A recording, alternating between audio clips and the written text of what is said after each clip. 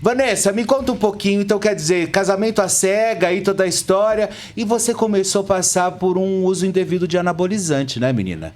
E aí que você começou a ter problemas, não foi? É isso mesmo, Felipe. Eu participei do Casamento às Cegas, da Netflix, né? Não casei, infelizmente, mas estamos aí na pista. E sobre o uso de anabolizante, sim, eu cheguei a usar o oxandrolona durante um tempo. E aí começou a me dar alguns efeitos colaterais depois de um tempo. No início tudo é flores, né? No início a gente vê resultado muito rápido. E aí, claro, aliado à academia também, uma alimentação saudável também, porque não adianta também só tomar o hormônio, tem que ser, né? Tudo junto.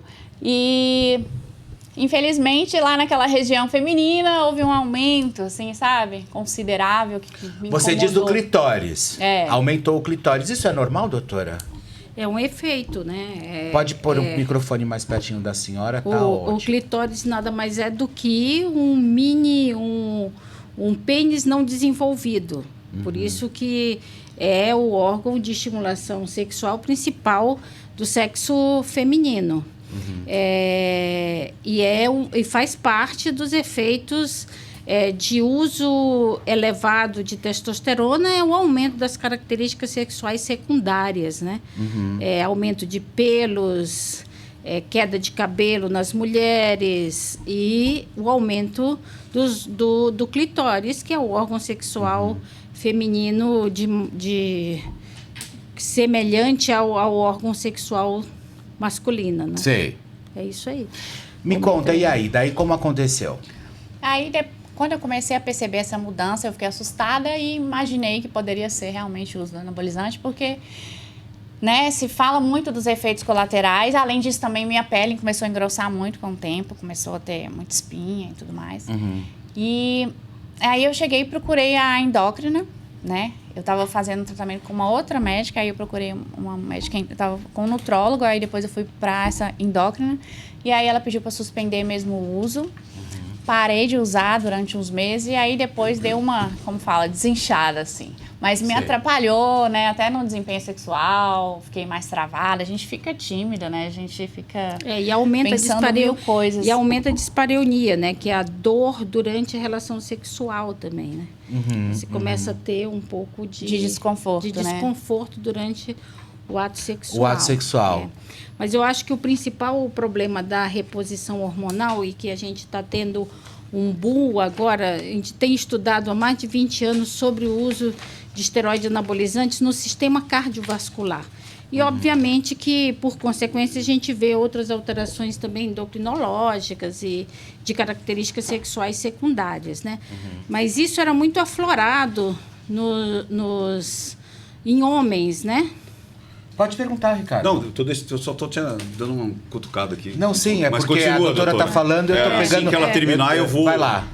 Vai lá. E era muito utilizado, o que a gente sabia era em homens, o efeito Schwarzenegger, de ficar imenso, ficar grande, de Mister Universo. Né? Então tinha existe, na verdade, ainda todo um mercado estético aí para o aumento da massa muscular, o fisiculturismo, principalmente.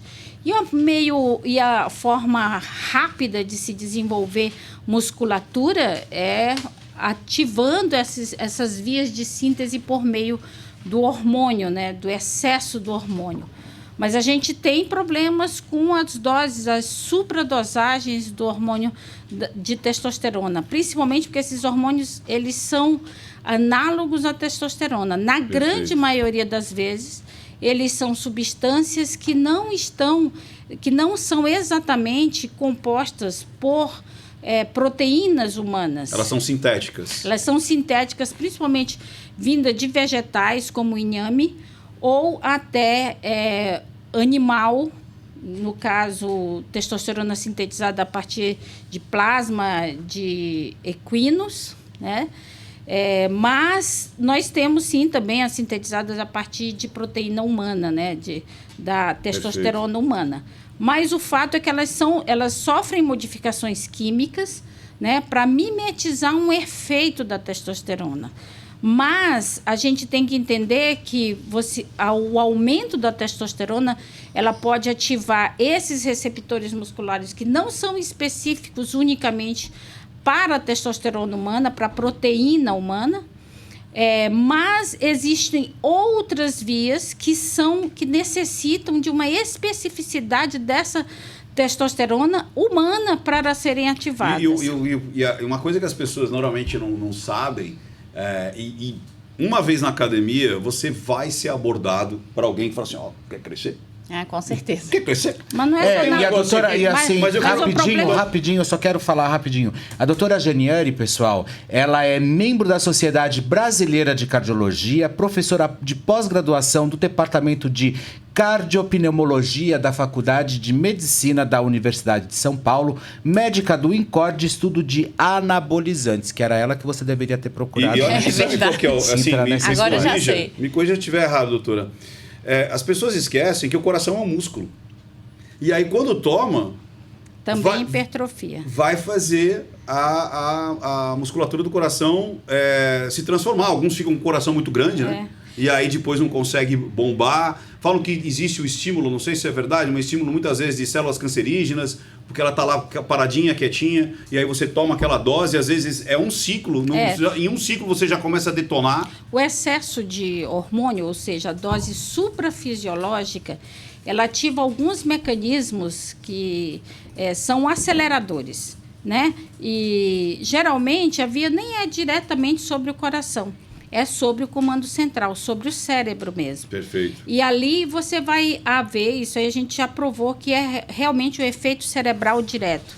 E aí você tem alguma ativação de vias para o coração, para os rins, para o fígado e para o cérebro também, o que muda o comportamento, um comportamento um pouco mais agressivo. Então tem efeitos desde os psicogênicos até... Ou seja, desde a cabeça, de comportamental, que são os psicogênicos, até o coração. Até o coração, que seria que o músculo aumenta, em si. então, o acelerador, que é a atividade simpática, que a gente chama, né?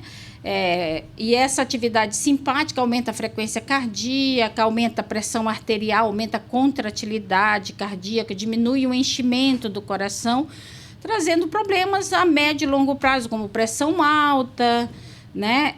Esse aumento da atividade simpática também ativa algumas outras alterações secundárias do sistema cardiovascular, inclusive levando à doença aterosclerótica, né? Entendi.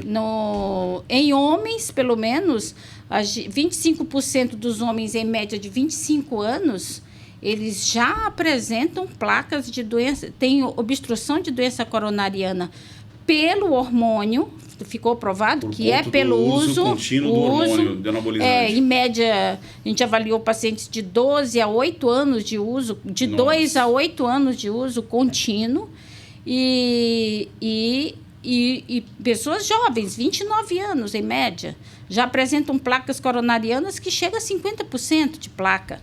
Então, o índice de infarto chega a 10% na média de indivíduos até 40 anos, por conta do uso de anabolizantes. Ótimo.